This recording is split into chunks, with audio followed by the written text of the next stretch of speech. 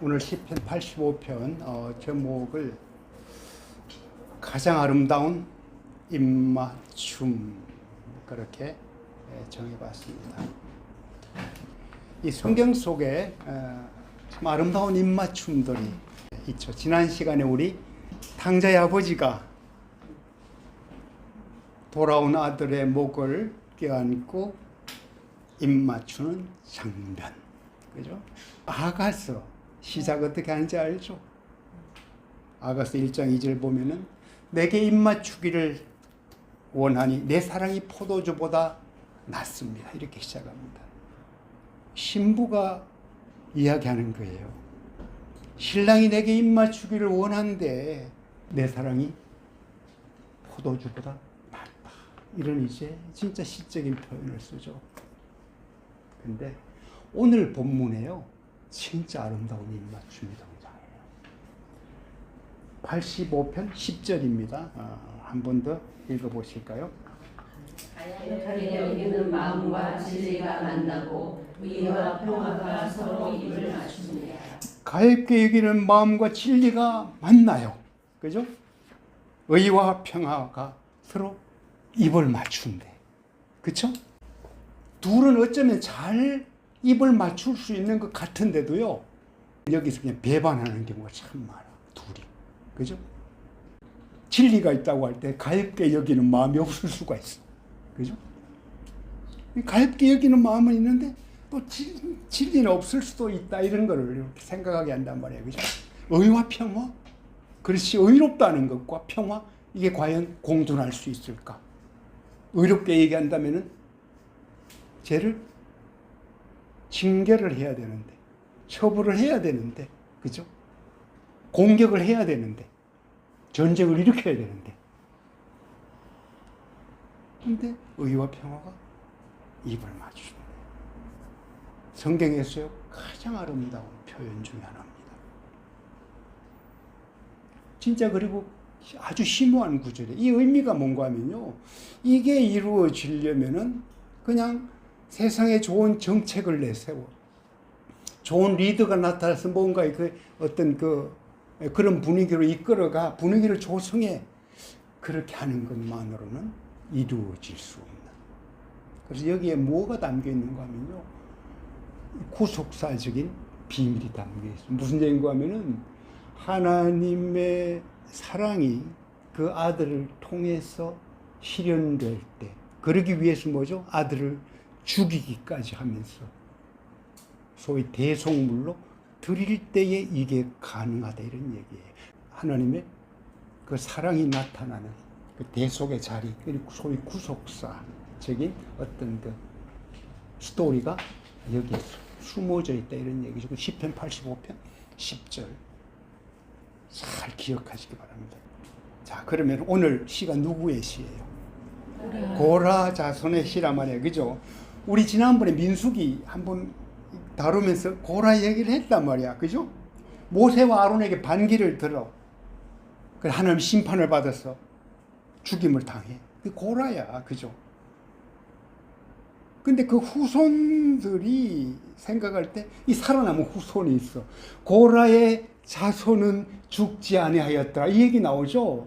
그럼에도 불구하고 하나님의 사랑이 나타나는 표현이에요. 고라가 참 잘못했어. 아예 씨를 말려야지. 아니고 뭐죠? 고라의 아들들은 죽지 아니하였더라. 근데 그 고라의 자손들 중에서 누가 나는가 하면요, 아름다운 하나님을 향해서 시편을 쓴 그런 기록들이 막 나타나. 거기에 시편에 몇 편이나 들어있다 했어요? 해만도 고라 자손인데요, 까지 합치면 11편이 들어있어요. 11편의 시편이 들어있어요. 이것을 하나님이 받아요. 여러분, 고라의 시들 한번 읽어보세요. 지난번 우리 아삽 시 얘기했잖아. 아삽 시 못지않게 고라의 시 중에서요, 하나님의 마음이 나타나는 부분이 굉장히 많아요.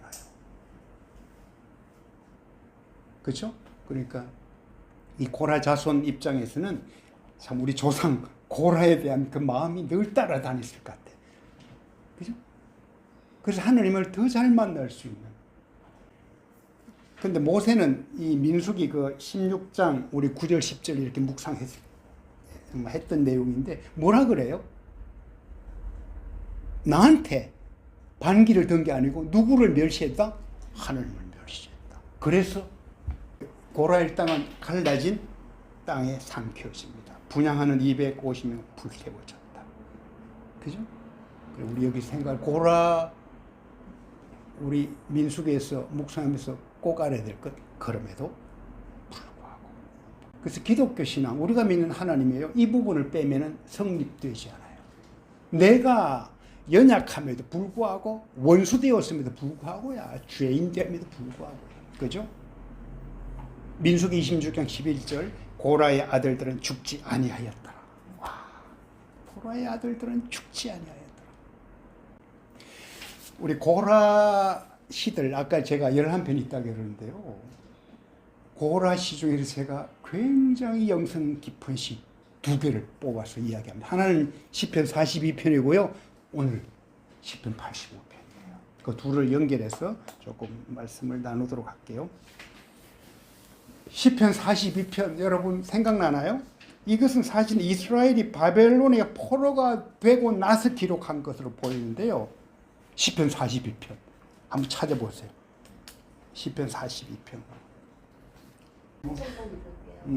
하나님이여 사슴이 시냇물을 찾기에 갈급한 같이 내 영혼이 주를 찾기에 갈급하리이다. 하나님이여 사슴이 시냇물을 찾기에 갈급함 같이 내 영혼이 주를 찾기에 갈급하라이다.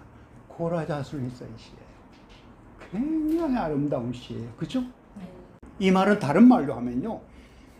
자기 그 할아버지 고라하고 좀 달라. 그지? 어떤 세상적인 지위와 탐욕 그게 목말랐던 고라. 달라. 굉장히 중요한 얘기예요. 하나님 내가 세상적인 명예와 뭔가 갖고 싶어서 내가 목이 탑니다. 이런 표현을 한 게 아니고요. 무슨 얘기예요? 주를 찾기에 갈급합니다. 지금 우리 우순자매가 이제 서울대병원에 갔는데 의사 면담하러 갔단 말이에요. 저는 우순자매 생각할 때마다 시편 42편에 이 말씀이 늘 생각나. 주님을 찾기에 갈급한 마음. 내 영혼이 주를 찾기에 갈급합니다. 굉장히 잘 연상되는 그런 성경 구절이라는 생각을 합니다. 어려운 상황이에요. 근데 주님을 찾기에 갈급합니다. 근데 거기 조금 더 나가면요. 그 뒤에 한번 보세요. 내 영혼이 2절 누가 읽어주세요. 내 영혼이 하나님 곧 살아계시는 하나님을 갈망하나니 내가 어느 때에 나아가서 하나님의 얼굴을 배울까. 내가 뭐예요? 내 영혼이 하나님 곧 살아계신 하나님을 갈망하나니 내가 어느 때에 나아가서 하나님의 얼굴을 배울까. 그죠? 내가 언제 하나님 얼굴을 배울까? 지난번에 우리 아삽의 시 10편 80편 19절 하나님의 얼굴 얘기를 했잖아요. 하나님의 얼굴. 그죠? 고라 자손 이 시를 쓴 분도 무슨 얘기를 해요? 내가 언제 하나님 얼굴을 뵐 수 있을까? 그 얘기를 해요. 근데 이게 조금 더 한번 보십시다.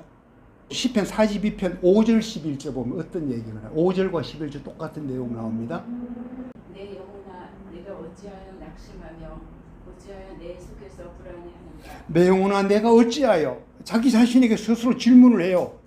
낙심하며 어찌하여 내 속에서 불안해하는가. 그죠? 그게 5절 11절 이렇게 나옵니다. 두 번 나옵니다. 자, 그러면 잘 보세요. 이 말의 의미가 뭘까요? 너 참 왜 그래 불안해하고 있어? 왜 그래 낙심하고 있어?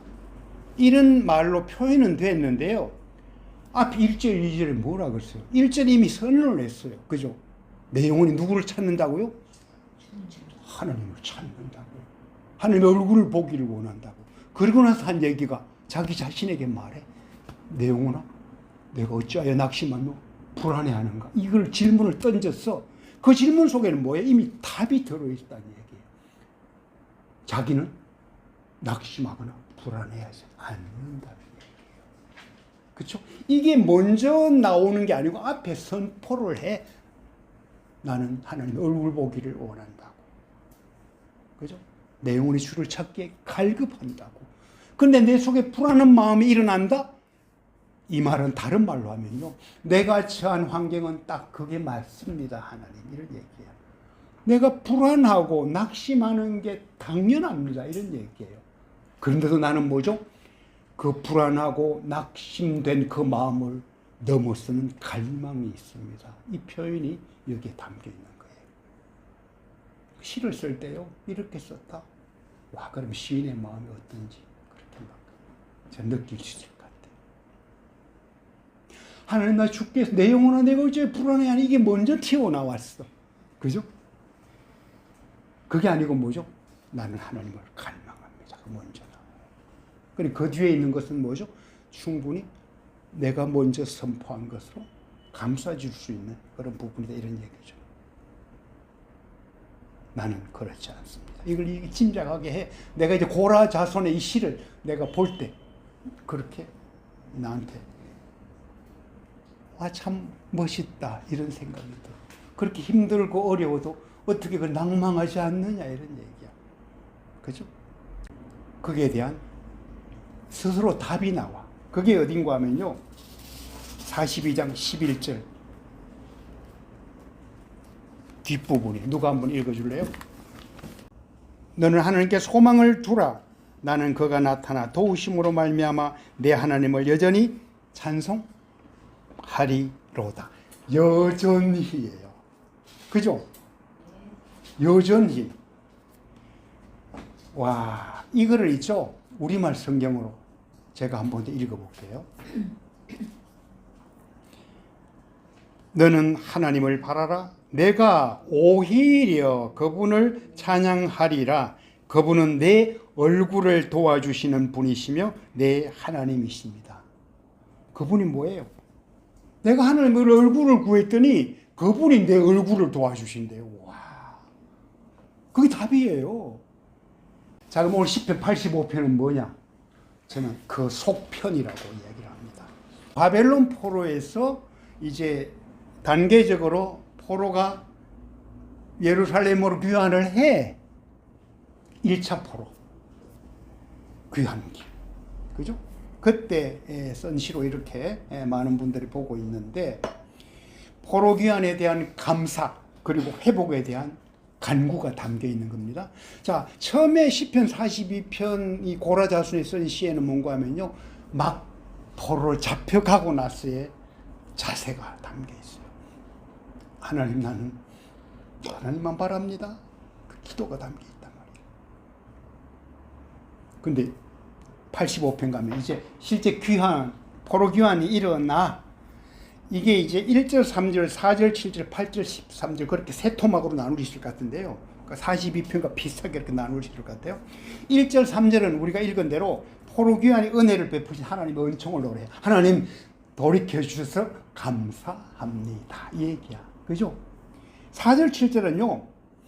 이 돌아와 보니까 여전히 호락호락하지 않네? 그죠? 예루살렘, 내가 고향에 왔더니 그 고향이 그냥 폐허가 된 상태, 황폐해. 그리고 내 마음도 그렇게 뭔가 이렇게 환하지가 않아. 그 상태에서 뭐죠? 하나님, 내가 살고 있는 삶의 터전이 얼른 회복되었으면 좋겠습니다.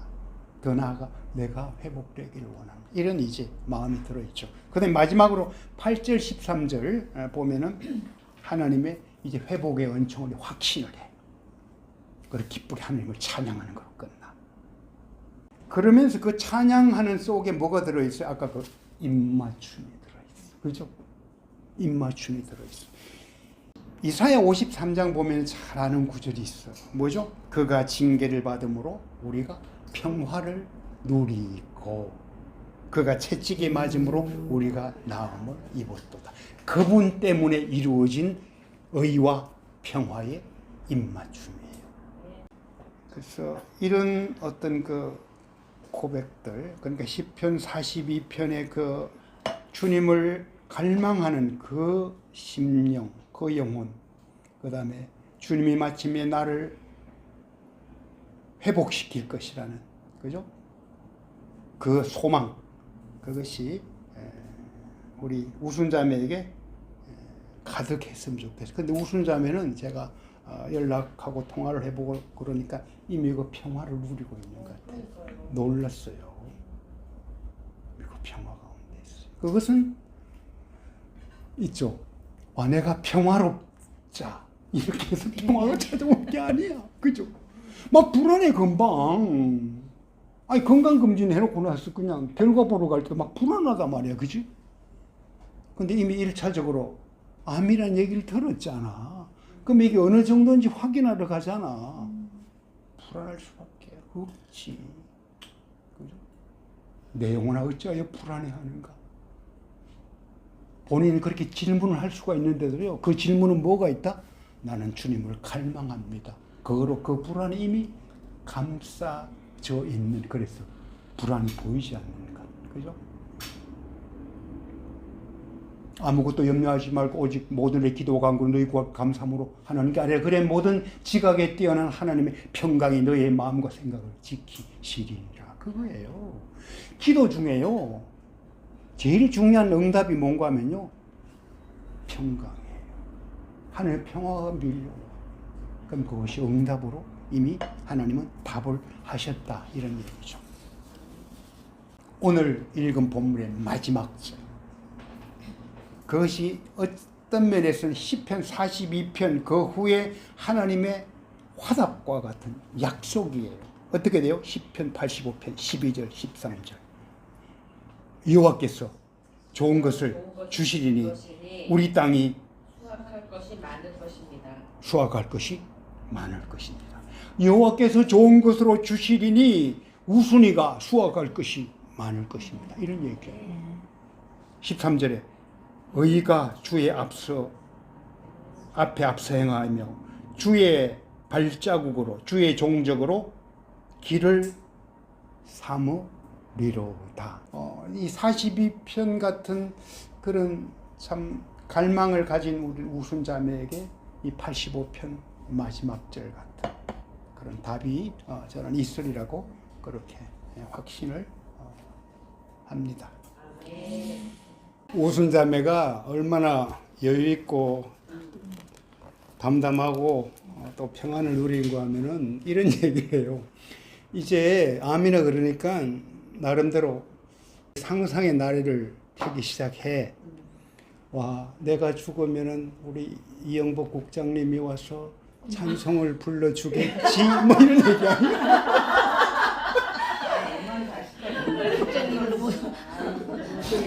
본인이 먼저 간다고 생각을 하나 보죠? 소녀 본인이 감성이 먼저 간다고 생각을 하나 그래서 내가 하는 거지. 아니 그러니까 아니 나보다 오래 살 가능성이 많은데 무슨 얘기 하냐고 내가 그냥 그러고 말하는데 웃으면서 그게 뭔가 하면은 그게 어느 정도 뭐랄까 왜 사람이 진짜 있잖아요. 그런 생각을 하면서 비통한 가운데 하는 상상이 있잖아.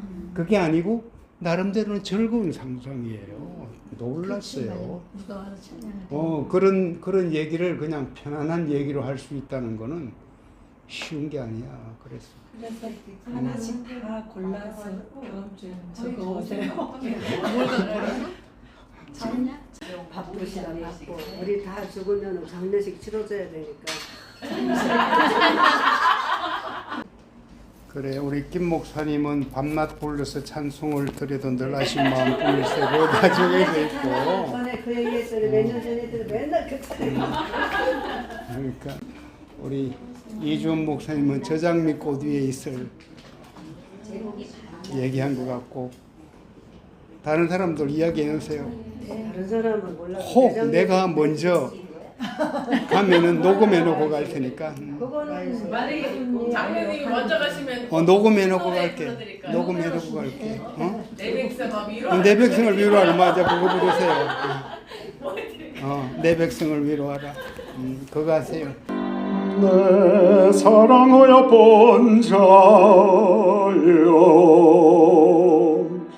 일어나서 함께 가자. 내 사랑하여 본 자여 일어나서 함께 가자